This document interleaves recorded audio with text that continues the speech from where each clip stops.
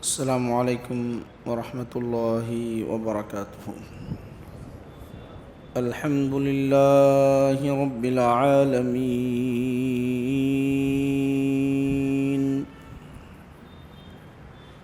والعاقبۃ للمتقین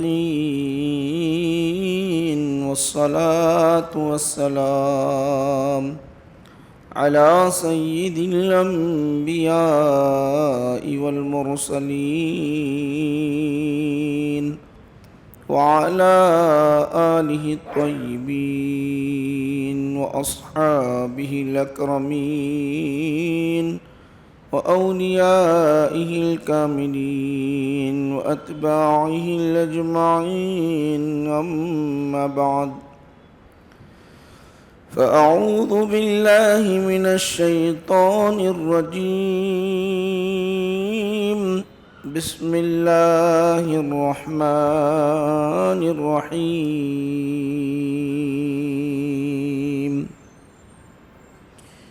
حاميم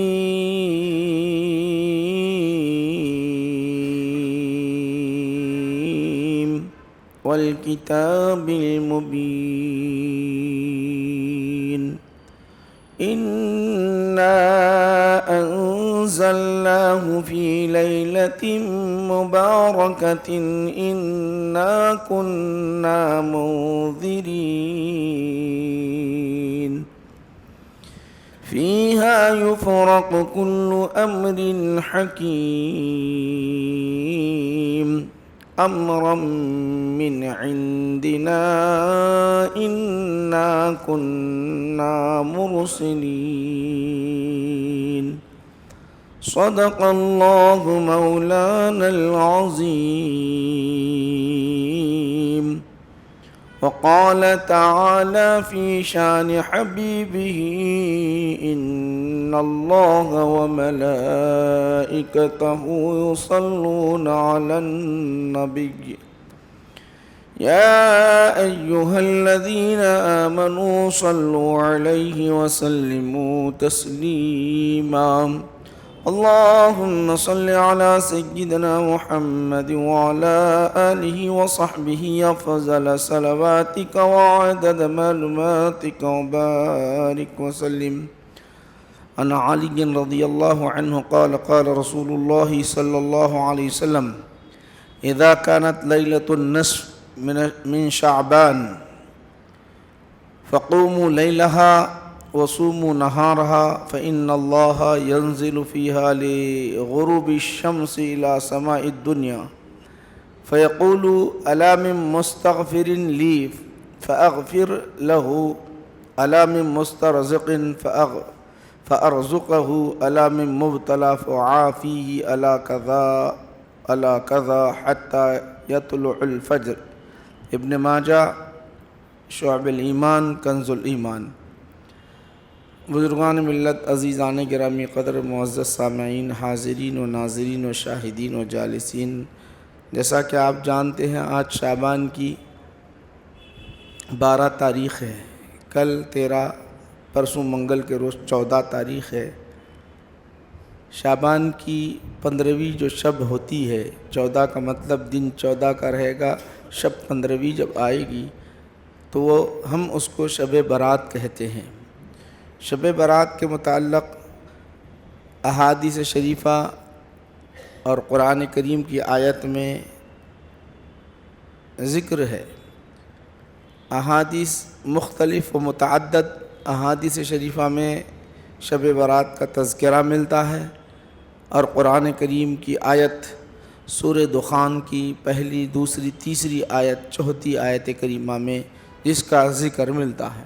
شب برات، شب برات ہے کیا؟ انشاءاللہ العزیز چونکہ اب آنے والی شب ہے تو ہم اس کے استقبال، اس کے اہتمام میں جو ہے اگر ہم سنیں گے تو یقیناً ہم اس کا صحیح اہتمام کر سکیں گے۔ اس کے متعلق اگر ہم کو اس کی فضیلت، اس کی اہمیت ہی نہیں معلوم ہے تو پھر ہم اس کو یوں ہی چھوڑ دیں گے۔ کئی ایسے شبیں آتی ہیں، کئی ایسے دن آتے ہیں، کئی ایسے ایام آتے ہیں، کئی ایسے مہینے، کئی ہفتے، کئی سال بیت جاتے ہیں، ہم کو پتہ ہی نہیں چلتا کس کی کیا عظمت ہے اور کس کی کیا اہمیت ہے۔ بہرحال میں انشاءاللہ العزیز یہ چند باتیں آپ حضرات کے سامنے ذکر کرنے کی سعادت حاصل کروں گا تاکہ میرے لیے بھی آپ کے لیے بھی فائدہ ہو۔ سب سے پہلے ہم قرآن کریم سورہ دخان کی آیت کریمہ کا ترجمہ سن لیں گے، پھر اس کے بعد احادیث شریفہ جو وارد ہوئی ہیں شب برات کے متعلق وہ ذکر سننے کی سعادت۔ حامیم یہ حروف مقطعات میں سے ہے، والکتاب المبین، قسم ہے روشن کتاب کی، یقیناً ہم نے اس کو برکت والی رات میں نازل فرمایا، یعنی قرآن کریم کو ہم نے برکت والی رات میں نازل فرمایا۔ اللہ تعالیٰ فرما رہا ہے برکت والی رات میں ہم نے قرآن کریم کو نازل فرمایا، اور یقیناً ہم ہی ڈرانے والے ہیں۔ اللہ کہتا ہے کہ ہم ڈرانے والے ہیں۔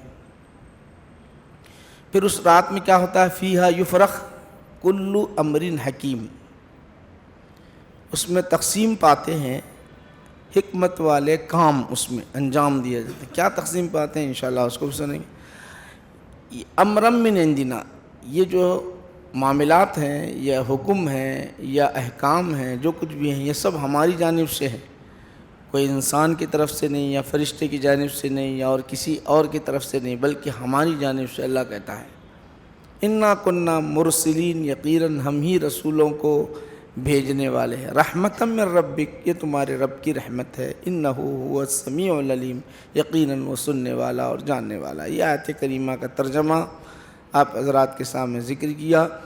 پہلی بات اس کے اندر یہ بیان کی گئی کہ یہ رات میں قرآن نازل کیا گیا، شب برات میں یا شب قدر میں قرآن نازل ہوا، تو شب قدر یا شب برات میں، ایک بات۔ دوسری بات اس کے اندر احکام، اہم احکام تقسیم پاتے ہیں۔ وہ کون سے احکام تقسیم پاتے ہیں اس کو سمجھیں گے۔ پھر یہ جو معاملات ہیں کسی انسان کی جانب سے ہیں کیا؟ نہیں، بلکہ اللہ اپنی جانب سے کرتا ہے۔ پہلی بات یہ ہے کہ قرآن کریم 23 برس تک نازل ہوتا رہا اور 23 برس تک مکمل نازل ہوا۔ ایک ہی رات میں مکمل قرآن نہیں اترا، بلکہ آغاز رات سے ہوا، آغاز رات سے ہوا۔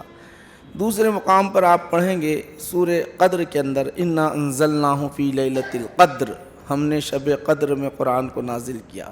یہاں بتا رہے ہیں لیلۃ مبارکہ۔ تو اب معلوم یہ ہوا کہ لیلۃ مبارکہ اور لیلۃ قدر کوئی الگ الگ نہیں ہے۔ بعضوں نے یہ کہا کہ لیلۃ قدر اور لیلۃ مبارکہ کوئی الگ الگ نہیں ہے، تو شب قدر میں نازل ہوا، بعضوں نے کہا۔ بعضوں نے یہ کہا کہ لیلۃ مبارکہ الگ ہے، لیلۃ قدر الگ ہے، اگرچہ کہ لیلۃ قدر لیلۃ مبارکہ وہ بھی ہے، وہ بھی برکت والی رات ہے، مگر یہاں جو ذکر کیا گیا یہ جو تذکرہ ہے یہ شعبان کی 15ویں شب کا ذکر ہے اس کے اندر۔ تو پھر کیسے بھئی یہاں شب برات کہہ رہے ہیں وہاں شب قدر کہہ رہے ہیں، تو کیا مطلب؟ تو اس کے اندر توجیہ مفسرین لکھتے ہیں کہ اللہ سبحانہ و تعالی شب برات میں کیا کیا؟ قرآن کریم کو لوح محفوظ سے آسمان دنیا پر نازل فرمایا، آسمان دنیا پر نازل فرمایا۔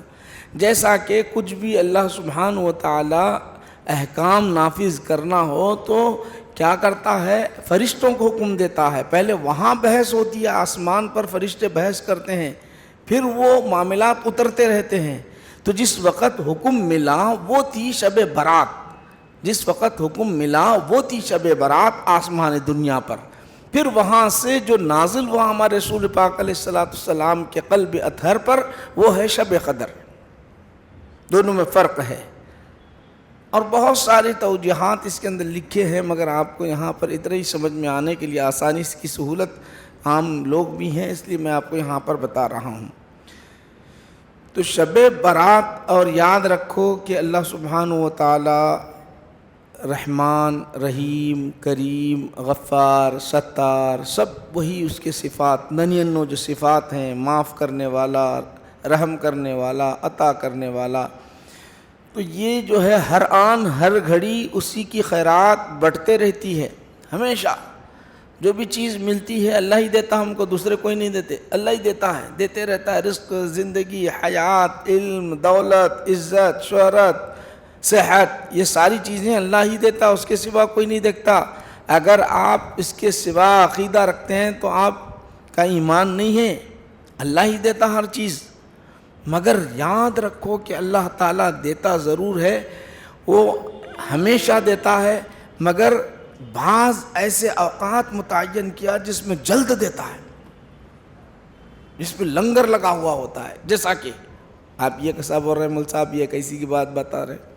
آپ حدیث سنتے ہیں علماء کرام سے، اب وہ دلائل دینے کی ضرورت نہیں ہے۔ جمعہ کے دن ایک ایسی گھڑی ہے جس کے اندر اللہ تعالیٰ جلد دعا قبول کرتا ہے، سنے نہیں سنے آپ؟ اسی طرح روزہ افطار کرتے وقت جلدی دعا قبول ہوتی ہے، روزدار کی دعا جلد قبول ہوتی ہے، سنے نہیں سنے؟ حدیث ذکر کر رہا ہوں میں، بہت احادیث سیاستہ کے اندر ہے یہ۔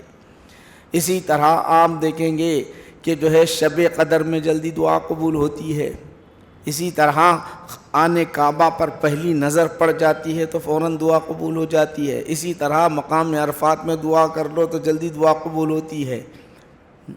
اسی طرح جو ہے مغرب سورج ڈھلنے سے پہلے، عصر کے بعد جلد دعا، تو اللہ تعالیٰ مخصوص اوقات رکھے ہیں جس کے اندر جلد دعا قبول کرتا ہے۔ اس میں سے ایک شب برات بھی ہے جس کے اندر جلد دعا قبول ہوتی ہے، جلد دعا قبول ہوتی ہے، بلکہ رب تبارک و تعالیٰ سے لنگر لگا ہوا ہوتا ہے، اعلان ہوتے رہتا ہے۔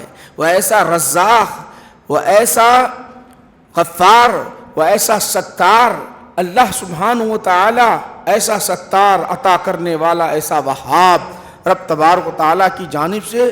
حدیث میں نے آپ حضرات کے سامنے جو پڑھی ہے اس کا ترجمہ عرض کرتا چلوں کہ نبی کریم صلی اللہ علیہ وسلم نے ارشاد فرمایا، جس کے راوی حضرت علی رضی اللہ عنہ ہیں، جب اذا کانت لیلۃ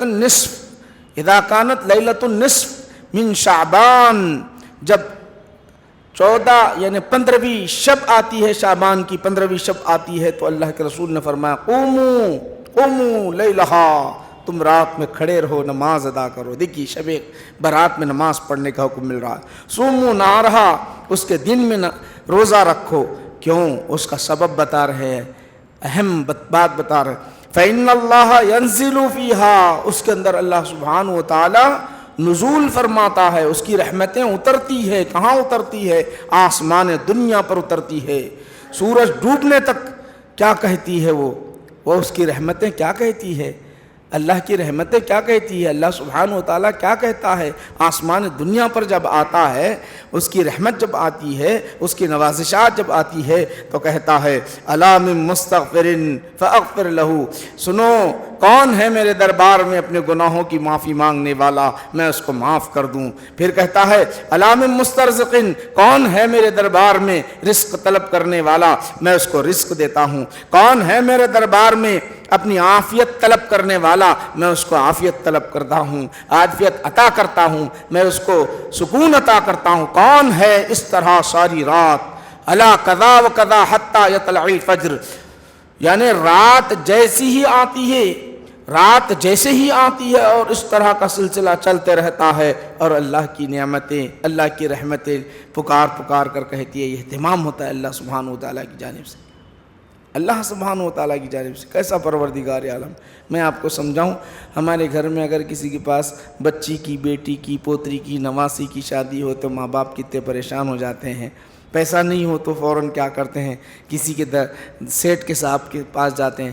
جانے کے بعد وہ سیٹ کہتا ہے ٹھیک ہے میں دینے کے لیے تیار ہوں، آپ کا مکان میرے نام پہ کر دو، یا کوئی شورٹی کی طرح پر کوئی چیز میرے پاس رکھا دو، اور پھر اس کے بعد کہتا ہے کل آؤ، پرسوں آؤ، ترسوں آؤ، فلاں دن آؤ، جب دے دوں گا اتنی رقم دے دوں گا، ذرا لکھ کے بھی دے دو، دستخط بھی کر دو۔ یہ ہم کسی دنیا دار سیٹ کے پاس جا رہے ہیں تو وہ کیا کہتا ہے؟ لکھ کر دو، پھر فلاں وقت ریٹرن کرنا، دینا ہے تو زیادہ دے دینا۔ اس طرح کے اتنے تقاضے پورے کرنے کے بعد دیتا ہے۔ پھر اس کے سامنے ہم جھکتے رہتے ہیں.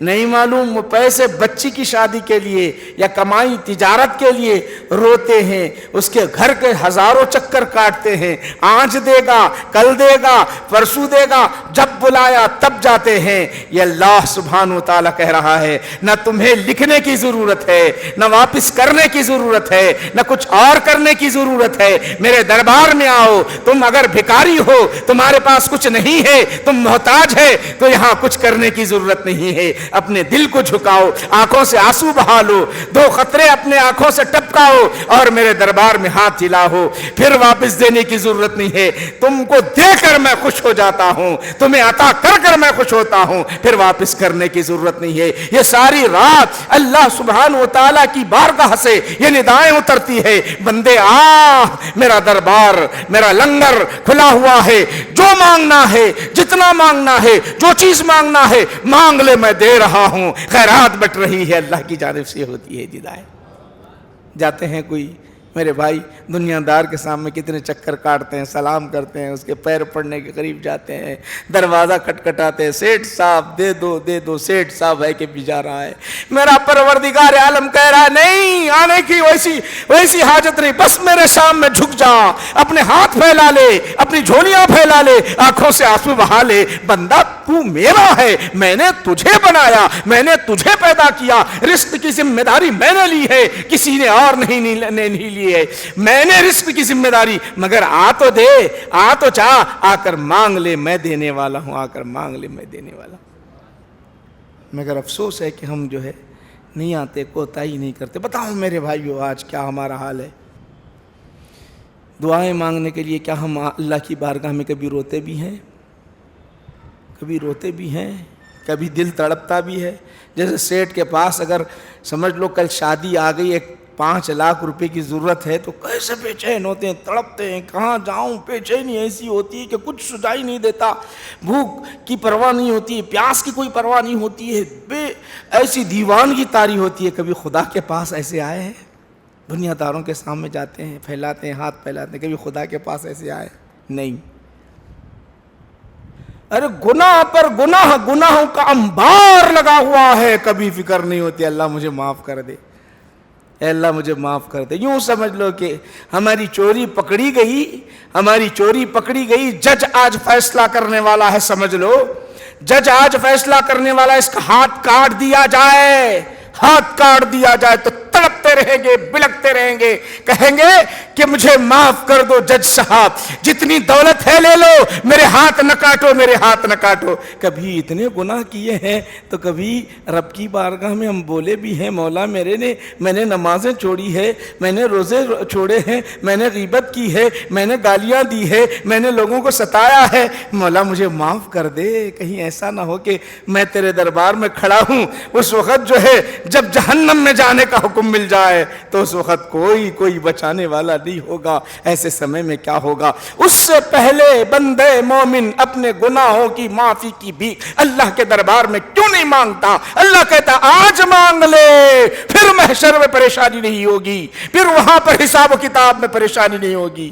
مگر آج ہو رہا ہے کہ ذرا بولو میرے بھائیو, آج ہمارے پاس سب سے بڑی پریشانی یہی ہے کہ اللہ کی دربار میں رجوع نہیں ہوتے. وقتی طور پہ آتے ہیں, اللہ مجھے دے دے, اللہ مجھے دے دے, کچھ آنسو نکال لیے تو دے, پھر اس کے اوپر شکوہ ہوتا. وقتی جب آ جاتی ہے پھر جاتے ہیں, پھر اس پر شکوہ ہوتا, دے رہا نہیں اللہ, دے رہی نہیں اللہ, دے رہی نہیں اللہ. رہا انبیاء علیہ السلام کو ذرا دیکھو تو صحیح, ان کی ڈھنگ, مانگنے کے ڈھنگ. ارے نبیوں نے کیا غلطی, معصوم ہے, انہوں نے کبھی غلطی کی نہیں ہے, معصوم ہے. انبیاء علیہ السلام کتنا روتے تھے, انبیاء علیہ السلام کتنا روتے تھے, ہم روئیں. ارے ہمارے نبی کا مقام کیا ہے, کتنا بڑا مقام. رب تبارک و تعالیٰ کے بعد اللہ خالق و مالک مخلوق کے اندر سب سے بڑا مقام تو ہمارے نبی کا ہے. جنگ بدر میں کیا حالت ہے, اتنا رو رہے ہیں, اتنا رو رہے, اپنے لیے نہیں, اپنے لیے نہیں, امت کی بقا کے لیے رو رہے ہیں. اتنا رو رہے ہیں, وہ آواز جن جن تک پہنچی, ان کے جسم پر رونگٹے کھڑے ہو گئے, تھرانے لگے, کپکپانے لگے آقا رو رہے ہیں، چادر مبارک نیچے گری ہوئی ہے. سیدنا ابو بکر صدیق رضی اللہ عنہ یہ حالت دیکھ کر کہتے ہیں یا رسول اللہ، اللہ سبحانہ و تعالیٰ نے آپ کی دعا کو قبول کر لیا ہے، اپنے اوپر اتنا بوجھ نہ ڈالے، رک جائیے یا رسول اللہ، رب نے آپ کی دعا کو قبول کر لیا ہے. اور آنکھوں سے آنسو بہتے چلے جا رہے امت کے لیے، امت کے لیے. آج ہم نے رویا ہے، رونا بھی آتا ہے نہیں آتا. اور اللہ بہت خوش ہوتا ہے. سب میں زیادہ خوش کب ہوتا ہے معلوم؟ بندہ جب دعا کے لیے ہاتھ اٹھاتا ہے، روتا ہے اس کی دربار میں، بہت خوش ہوتا ہے، بہت خوش ہوتا ہے. سب میں زیادہ خوش ہوتا ہے تو جب ہوتا ہے سب سے زیادہ اگر خوش ہوتا ہے ہمارا پروردگار عالم. اللہ کو راضی کرنا ہے، کسی بندے کو راضی نہیں کرنا ہے، کسی منسٹر کو راضی نہیں کرنا ہے، کسی وزیر اعظم کو راضی نہیں کرنا ہے، کسی صدر کو راضی نہیں کرنا ہے، کسی اور کو راضی نہیں کرنا ہے. راضی رب کو کرنا ہے، رسول کو کرنا ہے. تو کیسے راضی ہوتا اللہ؟ راضی کیسے ہوتا؟ اللہ راضی کب ہوتا ہے؟ بندہ جب رو رو کے دعائیں مانگتا ہے تو خوش اور راضی ہوتا ہے. انبیاء علیہ السلام، حضرت ایوب علیہ السلام، حضرت ایوب علیہ السلام کا معاملہ کیا ہے؟ معمولی بات نہیں. حضرت ایوب علیہ السلام، حضرت ایوب علیہ السلام کو اللہ نے اتنی دولت دے رکھی تھی، ان گنت مویشی تھے ان کے پاس، کئی اونٹ، کئی بکریاں اور سونے چاندی کے زیورات اور محلات، مکانات، اولاد خوب. کسی وقت کسی نے سوال کیا اے ایوب کیا شان ہے، دولت بھی ہے، اولاد بھی ہے، مکانات بھی ہیں. یہاں ایک جملہ انہوں نے یہ بولا، یہ کہا کہ میں اللہ کی عبادت بھی اتنی کرتا ہوں، اتنا ہی شکر بجا لاتا ہوں. ایک روایت کے مطابق اتنا ہی شکر بجا لاتا ہوں. تو فوراً اللہ کی آزمائش شروع ہو گئی. ہم نے جتنی تمہیں دولت دی ہے اتنا شکر بجا لاتے ہو. آزمائش شروع ہو گئی. آزمائش کا آغاز اس طرح ہوا، جتنے مویشی تھے ہلاک، جتنے مویشی، جتنی دولت سب ختم. ادھر مویشی ختم، جو محل تھا، جو مکان تھا، مکان کا چھت گر گیا. جب چھت گر گیا تو جتنی اولاد تھی سب ختم، مویشی ختم، مال ختم، اولاد ختم. پھر کسی نے آ کر سوال کیا ہے ایوب ادھر دولت بھی چلے گئی، اولاد بھی چلے گئی، رشتہ دار بھی چلے گئے. کہنے لگے اللہ کا شکر ہے، جسم تو سلامت ہے، جسم تو سلامت ہے، اللہ کا شکر ہے. پھر اللہ کی آزمائش شروع ہو گئی. مرض ایسا لاحق ہو گیا، ایسی بیماری آپ پر آ گئی کہ بستی والوں نے کہا کہ ایوب کو یہاں سے نکالو، اگر یہ رہیں گے تو ہمارے بچے، ہم بھی بیمار ہو جائیں گے، یہاں سے نکال دو. بستی سے نکال کر باہر کر دیا گیا. حضرت ایوب باہر ہے، کوئی قریب اس لیے نہیں جاتا، اس لیے نہیں جا رہا ہے کہ مرض ہمیں لاحق ہوگا. صرف ایک بیوی قریب جاتی، کچھ لقمے کھلاتی اور واپس آ جاتی. یہ حالت تھی. حضرت ایوب کی دولت چلے گئی، حضرت ایوب کی اولاد چلے گئی، حضرت ایوب کا خاندان، گھر سب چپ چلا گیا. اب مرض میں لاحق. ایسا مرض چڑھتا گیا، بڑھتا گیا، اتنا بڑھتا گیا سامعین کرام، ایسا بڑا کہ آخر میں جسم کے ہر عضو پر کیڑے پڑ گئے. جب جسم کے ہر عضو پر کیڑے پڑ گئے تو یہ شکر ادا کر رہے ہیں، یہ شکر ادا کر رہے ہیں، یہ صبر ادا کرتے ہیں. کیڑے اٹھا کر کہتے ہیں، اٹھا کر جسم پر رکھتے کہتے ہیں اے کیڑے تو کھاتا جا، مجھے جتنا کھانا ہے کھاتا جا. رب مجھ سے سوال نہ کرے، پھر سوال نہ کرے، وہ مجھے آزما رہا ہے، میرا امتحان لے رہا ہے.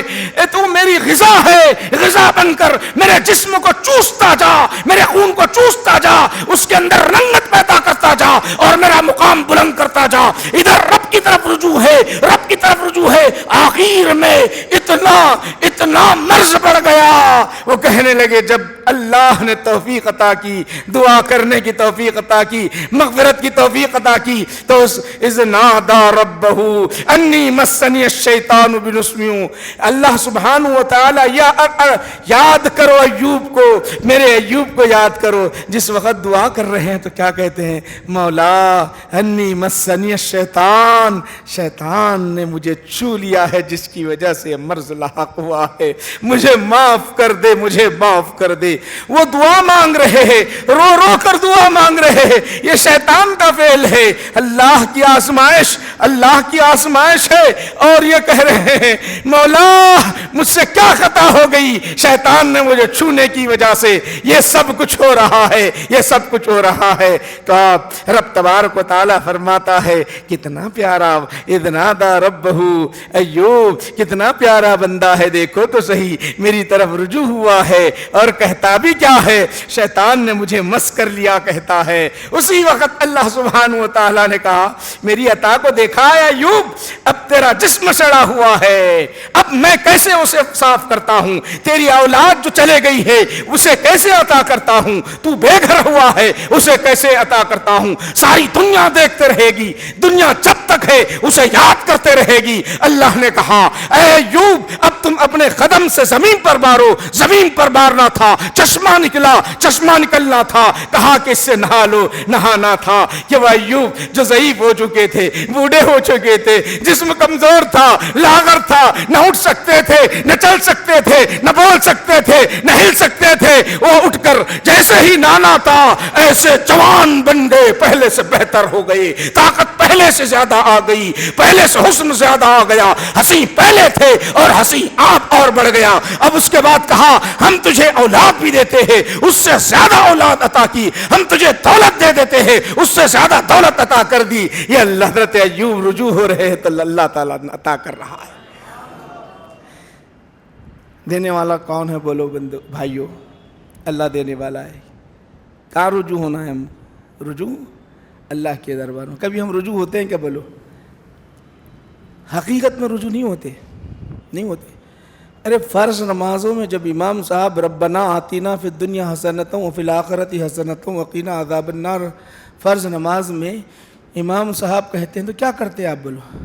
کوئی ہاتھ مس رہا ہے، کوئی ادھر دیکھ رہا ہے، کوئی ادھر۔ ربنا آتینا، امام صاحب ربنا، اے اللہ، اے ہمارے پروردگار ہمیں دے دے، دنیا اچھی دے دے، آخرت ہمیں اچھی عطا فرما دے۔ یہ دعا کرتے ہیں ہم یہ دعا کرتے ہیں تو آمین بھی نہیں بولتے۔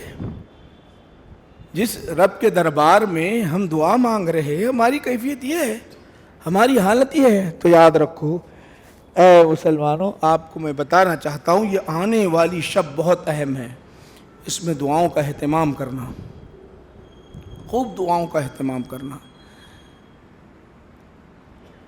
تنہائی میں تہجد کے وقت، عشاء کے بعد، مغرب کے بعد، جیسے ہی سورج ڈوب جاتا ہے اللہ کی رحمتیں عطائیں بٹھنے لگتی ہے تو اس کو لینے کی کوشش کرنا۔ اللہ کے رسول نے کیا فرمایا؟ سومو قومو قوموا لیلہا، رات میں کھڑے رہو، رب کے دربار میں کھڑے ہو کر دعائیں مانگتے رہنا، نمازیں پڑھتے رہنا، اللہ کو یاد کرتے رہنا، تو یہ رات کو جانے نہیں دینا، یاد رکھو۔ اور دن میں ایک روزہ رکھو یا 2 روزے رکھو آپ، یا پورا مہینہ روزے رکھو۔ حضور نبی کریم صلی اللہ علیہ وسلم شعبان میں اکثر روزے رکھا کرتے تھے کثرت کے ساتھ، اس میں کوئی قید نہیں، ایک روزہ رکھو، دو روزے رکھو، 3 روزے رکھو، روزوں کا اہتمام کرو، نماز کا اہتمام کرو، دعا کا اہتمام کرو، صدقات و خیرات کا اہتمام کرو، صدقات و خیرات کا اہتمام کرو۔ صدقات و خیرات کا اہتمام کرنے کے ساتھ اور ایک، نبی کریم صلی اللہ علیہ وسلم کی سنت کو نہیں بھولنا۔ ہمارے پاس ایک عجیب ہیں، بعض حضرات حدیثاں پڑھتے رہتے اس کے اندر عجیب باتیں نکالتے رہتے، تو یاد رکھو عجیب باتیں۔ ایک ہی مرتبہ رسول پاک علیہ السلام گئے تھے، اس کے بعد نہیں گئے، وہ جانے کی کیا ضرورت ہے؟ بہرحال لمبی باتیں ہوتی ہیں، آپ کو بتانا چاہتا ہوں ایک حدیث، میں آپ کو اس کا خلاصہ سنا رہا ہوں، کئی مرتبہ آپ حضرات سنے ہوں گے۔ یہی رات تھی، شب برات تھی، آقا نبی کریم صلی اللہ علیہ وسلم ہمیشہ تہجد میں اٹھ کر نماز پڑھتے، اٹھ کر کیا کرتے؟ نماز پڑھتے، تہجد کی نماز پڑھتے، پڑھنے کے بعد وہیں لیٹ جاتے۔ تو یہ رات جب آ گئی تو آپ نے نمازیں جتنی پڑھنی ہیں پڑھ لی اور لیٹے نہیں، سیدھا باہر نکل کے چلے گئے۔ باہر جیسے نکل کے چلے گئے تو حضرت عائشہ صدیقہ رضی اللہ تعالیٰ عنہ وہی باری حضرت عائشہ صدیقہ رضی اللہ تعالیٰ عنہ کے گھر کی تھی. تو حضرت عائشہ صدیقہ رضی اللہ تعالیٰ عنہ نے کیا کیا جانتے ہو؟ دیکھی ٹٹولنے لگی. آقا دکھ رہے نہیں کہیں بھی, اندھیرا تھا اندر, روم کے اندر اندھیرا, چھوٹا سا مکان. ٹٹولنے لگی, آقا نہیں دکھ رہے ہیں. تو فوراً باہر نکلی. حضرت عائشہ صدیقہ رضی اللہ تعالیٰ عنہ کہتی ہیں میرے ذہن میں آیا کہیں حضور دوسرے ازواج کے پاس تو نہیں گئے. میرے ذہن میں آیا. اور اچھا کمرے کیسے ہیں معلوم جانتے ہو؟ کمرے کیسے ہیں؟ کوئی اور دور دور مقامات میں بھی نہیں ہے. مسجد نبی جیسا یوں سمجھ لو کہ یہ مسجد ہے. مسجد سے یہ کھڑکی جو دکھ رہی ہے ایک کمرہ, اور دوسری کھڑکی دکھ رہی ہے دوسرا, 3 4, یہ اس طرح سب یہاں سے وہاں تک ہے. ایک کے بعد ایک کے بعد ایک کے بعد ایک حجرہ ہے. تو کیا ذہن میں آیا؟ ذہن میں یہ آیا کہ کہیں حضور جو ہے دیگر ازواج کے پاس تو نہیں گئے ہیں, بلکہ مگر کھٹکھٹا نہیں مانتی, کہیں بھی ادھر ادھر نہیں جاتی. رات میں کس سے پوچھیں گے؟ رات کا وقت ہے, کہاں سیدھا کہاں جاتی ہے معلوم؟ جنت البقیع میں. جنت البقیع کے پاس حضور نبی کریم صلی اللہ علیہ وسلم کھڑے ہوئے ہیں. نبی کریم صلی اللہ علیہ وسلم, اور آپ سمجھتے ہیں یہ حجرہ ہے تو آپ کی گیٹ کتنے دور ہے؟ اس سے دور جنت البقیع ہے, اور یہاں سے وہاں تک کی مسافت اور اس سے بھی دور ہے. وہاں گئی. رات کے وقت راستہ کون بتائے ہوں گے؟ حضرت روایت میں تو نہیں آتا کوئی بھی رات میں, کوئی روایت میں فلاں سے پوچھی حضور کہاں گئے, حضور کہاں گئے ہیں, کوئی روایت میں نہیں کہ اس سے پوچھی اس سے پوچھی تو انہوں بتایا, نہیں, کوئی روایت میں نہیں آتا. کیسے گئی ہوں گی؟ حالانکہ دستک کس کو دینا تھا؟ دستک تو باسو حجروں کو دینا تھا. سیدھا جا رہی ہے جنت البقیع کی طرف. وہاں جانے کے بعد بازو میں آ کر کھڑے ہوئی. راستہ کس نے بتایا؟ تو یہاں ایک اہم بات آپ کو بتانا چاہتا ہوں میرے بھائیوں, میں آپ کو اہم بات بتانا چاہتا ہوں. جب میرے نبی جس راستے سے گزرتے تھے, گزرنے کے بعد اب کسی کو پوچھنے کی ضرورت نہیں پڑتی تھی کہ راستہ آقا کہاں سے گزرے ہیں. زمین کا وہ حصہ کہتا آقا کا گزر یہاں سے ہوا ہے. کیوں؟ وہاں کی فضائیں معطر ہو جاتی, زمین سے خوشبو مہکنے لگ جاتی, تو خود پہچان لیتے کہ آقا کا گزر یہاں سے ہوا ہے, آقا کا گزر. ارے ہم اگر عطر لگائے, بعض اوقات عطر لگائے تو خوشبو آئی تو ارے ابھی مول صاحب گئے, دیکھو مول صاحب یہ عطر مول صاحب ہی لگا سکتے, یہ خوشبو کچھ نہیں ہے. صحابہ کا یہ حال تھا کہ یہ خوشبو کچھ نہیں, میرے نبی کے پسینے سے جو پسینہ نکلتا اس کے اندر جو خوشبو نکلتی مشک و عنبر سے زیادہ بہتر تھی, مشک و عنبر سے زیادہ. آقا کے پاس گئی. جانے کے بعد یہ سوال ہو رہا, حل تدری. حضرت عائشہ صدیقہ رضی اللہ تعالیٰ عنہ آئے بازو میں. حضور نبی کریم صلی اللہ علیہ وسلم نے فرمایا انتی عائشہ؟ نام یا رسول اللہ, ہاں میں عائشہ ہوں. حل تدری ما ہذی اللیلہ؟ تم جانتے ہو آج کی رات کیا ہے؟ آج کی رات کیا ہے؟ اب سب سے پہلے ایک بات ذہن میں رکھ لو کہ حضور جنت البقیع گئے. جنت البقیع کہاں گئے؟ جنت البقیع بولے تو قبرستان. قبرستان گئے نہیں گئے, حدیث سے ثابت ہے نہیں ہے. حدیث سے ثابت ہے حسن لغیری ہے, حسن لذاتی ہے, اس پر ایک بحث ہے, کتنے راویوں سے مروی ہے, سب اپنی جگہ. ابن ماجہ میں ہے, سنن ابن داؤد میں ہے, مشکات المصابیح کے اندر, شعب الایمان میں ہے, بہت ساری حدیث کی کتابوں میں ہے یہ حدیث. حضور تشریف لے گئے تو یہ سنت ہے نہیں, شب برات میں جانا سنت ہے نہیں, ضعیف ہے, ایک ہی مرتبہ جانا. اچھا میں آپ سے سوال کرتا ہوں, ایسا کرنا کیا ہے؟ کون سی حدیث صحیح ہے بتاؤ میرے کو. نماز ہے نا عبادت, اس طرح انگلی کا اس طرح اشارہ کرنا کون سی صحیح حدیث ہے؟ لا کے بتاؤ. یہ کرنا اپنا عمل رہا تو اس طرح انگلی کا اشارہ کرنا ضعیف حدیث کو آپ عمل میں لے آئیں گے نماز کے اندر. سینے پر ہاتھ باندھنے کی کہاں ہے بخاری کے اندر؟ وہ کون سے درجے کی ہے؟ ذرا بتاؤ. سینے پہ ہاتھ باندھنے کی حدیث وہ جائز, اور آقا نبی کریم صلی اللہ علیہ وسلم, میرے آقا نبی کریم صلی اللہ علیہ وسلم کی احادیث شریفہ ہم بتائے تو ناجائز. یہ ضعیف کیسے ہو گئی؟ یہ بتاؤ آپ. ہے ہم آپ کو بتاتے ہیں اس طرح کا عمل ہوتا ہر مسجد کے اندر. آپ جاؤ, کچھ ایسے میرے بھائی ہیں وہ اس طرح حرکت کرتے ہیں, اب ان سے پوچھو بتاؤ کہاں صحیح حدیث ہے, نہیں بتا سکتے. مگر یہاں کہیں کچھ نہ کچھ ہے، کچھ نہ کچھ آپ کے دل میں ہے، یا تو سنت کی مخالفت کر رہے ہیں تو اور کوئی اور ہے بات۔ نہیں خبر پرستی ہوتی۔ ارے خبر پرستی کہاں سے ہوتی؟ نبی کریم صلی اللہ علیہ وسلم نے ارشاد فرمایا، بخاری شریف میں ہم حدیث ذکر کر رہے ہیں،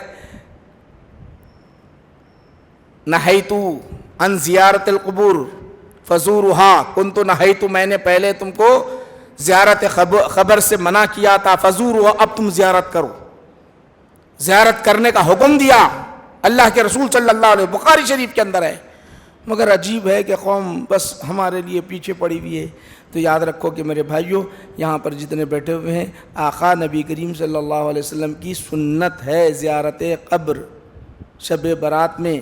بولے ایک ہی مرتبہ جانا، ٹھیک ہے تم ایک ہی مرتبہ جاؤ، ہم حضور کی سنت ادا کرنے کے لیے ساری زندگی جاتے ہیں۔ یاد رکھو کہ اپنے والدین کے لیے، اپنے رشتہ داروں کے لیے دعائیں مغفرت کرنا۔ اس رات جو ہے اللہ تعالیٰ ان کے لیے، ہم ہاتھ اٹھائیں گے، دعا کریں گے تو ان کی مغفرت ہو جائے گی، وہ جنت میں چلے جائیں گے۔ ایسے پڑے ہوئے ہوتے ہیں وہاں، تو کچھ قبر میں جانے کے بعد تو کچھ عمل نہیں کر سکتے نا بھائی، وہاں نماز بھی نہیں پڑھ سکتے، نہ روزہ رکھ سکتے، نہ عبادت کر سکتے، بس اس کے گناہ نیکیاں، دو چیزیں ساتھ ہیں، نیکیاں ہیں تو اچھا سکون میں ہوگا، گناہ ہے تو پریشان ہوگا۔ اب کون بچائیں گا اس میں؟ کون بچائے گا؟ تو حدیث پاک میں آتا ہے، سن لیجئے، حدیث میں آتا ہے کہ وہ اپنے رشتہ داروں کے ایسے متمنی رہتے ہیں۔ حضور نے ارشاد فرمایا، جیسے کہ ایک ڈوبنے والا، پانی میں ڈوبنے والا اپنی جان بچانے کے لیے ہاتھ اوپر کرتا ہے، لوگوں مجھے بچاؤ، ہاتھ اٹھا کرتا ہے، اب جان نکلنے والی ہے، اگر ڈوب گیا تو میں چلا گیا، جتنا پریشان ہوتا ہے ویسے ہی لوگ، ہمارے رشتہ دار، نہیں معلوم رشتہ داروں میں کون گناہگار تھا، نہیں معلوم کون سا بھائی، کون سا رشتہ دار، کون سا ہمارا ایمانی بھائی پریشان حال تھا، اب وہاں پر اسے عذاب ہو رہا ہے، وہ محتاج، وہ پکار رہا ہے، اے زید، اے عبداللہ، اے خالد، اے ابو بکر، ذرا میرے لیے مغفرت کی دعا کر لے۔ تیری زبان اللہ کی بارگاہ میں ہل جائے گی تو میری بگڑی بن جائے گی، تو اللہ کی بارگاہ میں دعا کرے گا تو تیری دعا جلد قبول ہو جاتی ہے اور میری مغفرت ہو جاتی ہے اور مجھے سکون ملتا ہے۔ وہاں سے ندائیں اٹھتی ہے، ہم کو پتہ ہی نہیں چلتا۔ میرے بھائیوں، سب سے بہترین ایصال ثواب ہے، قرآن کی تلاوت کرو، ان کے لیے مغفرت کرو، ان کے لیے ہے، اور اس حج ہے، عمرہ ہے، جو آپ سے صدقہ و خیرات ہوتا ہے ان کے لیے کرتے چلے جاؤ۔ ماں باپ ہیں، رشتہ دار ہیں، ہمیشہ ایسا موقع نہیں ملتا میرے بھائیوں، یہ حق ادا کرنے کا ہے۔ حضور نبی کریم صلی اللہ علیہ وسلم ارشاد فرماتے ہیں، جو کوئی اپنے ماں باپ کے خبر پر گیا اور جا کے ان کے لیے مغفرت کی دعا کیا تو اللہ کے رسول فرماتے ہیں، کانا بارن، اس کی تو مغفرت کر ہی دیتا ہوں، تیرے لیے جو ہے تجھے نیک لوگوں میں شمار کر دیتا ہوں، اس کی مغفرت ہوتی ہے، یہ دعا کرنے والا نیک لوگوں میں شمار ہو جاتا ہے۔ میرے بھائیوں، بہت اہم ہے یہ رات، آنے والی جو رات ہے بہت اہم ہے۔ کون سی رات ہے؟ منگل کی۔ منگل کے دن اہتمام کرو، نہانے کا اہتمام کرو، صدقہ و خیرات کا اہتمام کرو، اسی طرح قبرستان جایا کرو۔ پھول آپ نہیں چڑھانا چاہتے مت چڑھاؤ، مگر ایصال ثواب کرو۔ پھول چڑھانا جائز ہے، ایصال ثواب کرنا جائز ہے، ان کے لیے کھانے پکانے کا اہتمام کرنا، صدقہ خیرات کرنا جائز ہے۔ یہ تمام جائز امور آپ کرو، دعائے مغفرت کرو۔ یہ ہمارے لیے اہم رات ہے۔ یہ چند باتیں آپ حضرات کے سامنے پیش کیا ہوں، چونکہ مضمون بڑا طویل ہے، انشاءاللہ العزیز آئندہ اور ہم سنیں گے۔ یہ ساری باتیں آپ کو احادیث شریفہ سے سنایا ہوں، اپنے طور پہ نہیں، اور اچھی طرح ذہن میں رکھو کہ منگل جو آنے والا ہے، پھر بار بار، پھر جب تک اپن زندہ رہتے نہیں رہتے پتہ ہی نہیں۔ ہم کوئی گرجا گھر میں نہیں جا رہے، کئی مندر میں نہیں جا رہے، کہیں پوجا نہیں کر رہے، بلکہ اپنے خدا کو یاد کر رہے ہیں، اللہ کو راضی کرنے کے لیے جا رہے ہیں، اپنے بھائیوں کی اپنی مغفرت کے لیے جا رہے ہیں، اپنے لیے ذخیرہ آخرت جمع کرنے کے لیے جا رہے ہیں۔ اور یہاں کوئی ایسی حدیث نہیں آئی تنہا پڑھے تو ثواب ہے اور سب مل کے پڑھے تو پڑھنے سے منع کیا گیا، ایسا نہیں ہے، کہیں بھی نہیں ہے۔ میں آپ سے سوال کرنا چاہتا ہوں، اللہ کے رسول صلی اللہ علیہ وسلم کے زمانے میں ہوا کیا، دو گروپ بیٹھے ہوئے تھے، ایک گروپ جو ہے ذکر کرتا ہوا بیٹھا تھا، ایک گروپ جو ہے تعلیم دیتا ہوا بیٹھا ہوا تھا۔ کیا حضور سے اجازت لیے تھے؟ دو جماعتیں بیٹھے تھے، اٹھاؤ سیاست تھا بخاری، اور حضور پوچھے جا کے کیا کر رہے ہیں آپ؟ بولے یا رسول اللہ ہم جو ہے تعلیم حاصل کر رہے ہیں۔ دوسرے سے پوچھا آپ کیا کر رہے ہیں؟ ذکر کر رہے ہیں۔ دونوں بھی جماعت ہے نا، یہ بھی جماعت ہے، ایک نہیں تھی، وہاں کثیر جماعت تھی، صحابہ کی جماعت تھی، ادھر بھی تھی ادھر بھی تھی۔ منع نہیں فرمایا تم کیسا بیٹھے ہو، میرے بغیر اجازت کے کیسے بیٹھے ہو، نہیں فرمایا، بلکہ ان کی تحسین فرمائی، بلکہ کہا تم بھی اچھے ہو، تم بھی اچھے ہو۔ حضور نے فرمایا میں تمہارے ساتھ بیٹھتا ہوں ایک جماعت کے ساتھ، جہاں تعلیم ہو رہی ہے، جہاں درس ہو رہا ہے، ان کے ساتھ بیٹھتا ہوں، ان کے ساتھ بیٹھ گئے۔ اب یہاں انہوں بولنے والے کیا بولتے ہیں، نہیں اکیلے گھر میں جا کے، بعض جنے اتنے حدیثاں جب دلیل آ گئے تو نہیں اکیلے گھر میں پکڑ لو، اچھا رہتا، اچھا رہتا۔ ارے یہ سب حدیثیں یہ کہاں بھول جاتے، یہ حدیثوں کو بھول جاتے۔ اصل میں جو ہے صرف اعتراض کرنا ہے اور کسی طرح منع کرنا ہے، اہل سنت الجماعت کے خلاف آواز اٹھانا ہے۔ ذرا غور کرو ان احادیث شریفہ پہ بھی، اگر آپ غور کریں گے تو آپ کی بھی فکر صحیح ہو جائیں گی اور آپ بھی اس طرح رجوع ہو جائیں گے۔ اور ہم کو کوئی اعتراض نہیں کرنا ہے، سمجھنے کی ضرورت ہے، سمجھیں گے تو ہمارے لیے کامیابی ہے، نہیں سمجھے تو کچھ نہیں۔ یہ چند باتیں رہی، اور کسی کوئی سوال پوچھنا ہے تو پوچھ لیجئے، جوابات دیے جائیں گے۔ جوابات کے ساتھ دعا و سلام پر ہماری یہ محفل آج ختم ہو جائے گی انشاءاللہ العزیز۔ کی کوئی سوال پوچھنا ہے؟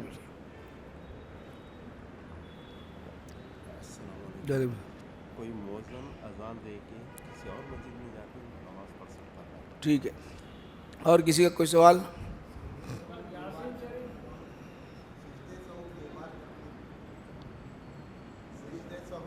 ہاں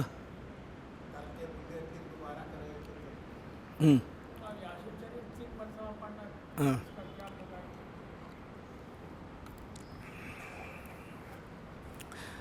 پہلے والے صاحب کا، عبد الرحمن صاحب کا سوال یہ ہے کہ کوئی مؤذن صاحب ایک مسجد میں اذان دے کر دوسری مسجد میں جا کے نماز پڑھ سکتے ہیں کیا؟ یہ سوال ہے ان کا، یہ سوال ہے ان کا۔ تو اب یہاں مسئلہ یہ ہے، دوسری مسجد میں جا کے پڑھتے ہیں تو کیا بات، پڑھے تو ہو جاتی نماز، ان کی بھی ہو جاتی، یہ بھی ہو جاتی، وہاں پڑھے تو نماز ہو جاتی۔ اب وہاں جا رہے کیوں ہیں، جا رہے کیوں ہیں دیکھ لینا۔ جا رہے اس لیے جا رہے ہیں کہ کچھ کام ہے تو درست ہے، کوئی کام ہے درست ہے، ورنہ وہیں پر نماز پڑھ لینا بہتر ہے، وہیں پر پڑھ لینا بہتر ہے۔ نہیں اگر آپ یہاں اذان دے دیے، دینے کے بعد اگر آپ دوسری مسجد میں جا کے نماز پڑھ رہے ہیں تو آپ کی نماز ہو جاتی ہے۔ آپ کے سوال کا جواب ہے۔ آپ کا سوال یہ ہے کہ سجدہ سہو بھی بھول گئے، پہلے غلطی ہوئی، سجدہ سہو بھی بھول گئے، ارے سجدہ سہو کرنا تھا، آپ کا سینہ جو ہے قبلے سے نہیں پلٹا اور آپ کسی سے بات نہیں کیے، سجدہ سہو فوراً کر لینا، پھر سلام پھیر دینا تو آپ کا سجدہ سہو ہو جاتا ہے۔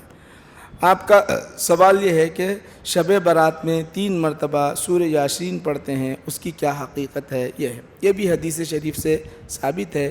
سورہ یاسین چونکہ قرآن کریم کا دل ہے اور سورہ یاسین کی بڑی فضیلت آئی ہے۔ شب برات میں 3 وقت ہمارے پاس، ہمارے ہندوستان میں ہو یا اور دیگر اہتمام ہوتا ہے، باضابطہ ایک قاری صاحب پڑھتے ہیں، دوسرے سنتے ہیں، یہ حدیث سے ثابت ہے۔ اب پڑھنے کا بھی اتنا ثواب ہے، سننے کا بھی اتنا ثواب ہے۔ بعض کو صحیح پڑھنا نہیں آتا، بلکہ کیا کرتے ہیں معلوم، سب سننے بیٹھتے ہیں، ایک قاری صاحب جو تجوید سے واقف رہتے ہیں، اچھا پڑھنے والے رہتے ہیں، انہوں پڑھ لیتے ہیں، دونوں کو بھی ثواب برابر ملتا۔ اب یہ پڑھ کے لا محالہ عبادت کر کے اللہ کے دربار میں عبادت کا صلہ ہم تلاش کرے تو اللہ دے دیتا ہے۔ اللہ، ہم نماز پڑھتے ہیں، فرض نماز کے بعد جلدی دعا قبول ہوتی، فرض نماز کے بعد دعا مانگو جلدی، اسی طرح تم عبادت کیے، اللہ سبحانہ وتعالیٰ کے دربار میں جب دعا مانگے تو دعا قبول ہوتی ہے۔ ہمارے پاس عموماً کیا ہوتا ہے، اہتمام ہوتا ہے کہ ایک یاسین پڑھنے کے بعد رزق کے لیے دعا کی جاتی ہے، ایک یاسین پڑھنے کے بعد جو ہے عمر میں اضافے کے لیے، ایک یاسین شریف پڑھنے کے بعد ساری جو ہے دعائیں مانگی، طویل دعائیں مانگی جاتی ہے۔ بہرحال یہ اہتمام ہوتا ہے، یہ تمام قرآن اور احادیث کے خلاف نہیں ہے، احادیث کے مطابق ہے، آپ یہ اہتمام کر سکتے ہیں۔ آئیے اللہ کی بارگاہ میں دعا کہ پروردگار عالم، اے اللہ ہم سب کے گناہوں کو معاف فرما، ہمارے خطاؤں کو بخش دے، شب برات میں ہمیں خوب تیری عبادت کرنے کی توفیق عطا فرما، رمضان المبارک میں بھی خوب عبادت کرنے کی توفیق عطا فرما، ہمیشہ تیری عبادت کی توفیق عطا فرما۔ اے اللہ ہمیں نیک بنا دے، نمازی بنا دے، عابد و زاہد بنا دے، ہمارے جتنے مرحومین انتقال کر گئے ان کی مغفرت فرما دے، اس میں کسی کے رشتہ دار بھائی بہن رشتہ دار ہیں، پروردگار عالم ان کی مغفرت فرما، کل مومنین کی مغفرت فرما، سارے مومنین کی مغفرت فرما۔ اے اللہ ہمیں نیکی کی توفیق عطا فرما، قرآن کو پڑھنے، احادیث شریفہ کو پڑھنے، سمجھنے، اس پر عمل کرنے کی توفیق عطا فرما۔ اے اللہ ایک دوسرے سے محبت کرنے والے بنا، اتحاد ہمارے اندر پیدا فرما، ساری پریشانیاں مصیبتوں کو ہم سے دور فرما دے۔ وصلی اللہ تعالیٰ علی خیر خلق سیدنا محمد وآلہ وصحبہ اجمعین، الحمد للہ رب العالمین، وما علینا الا البلاغ۔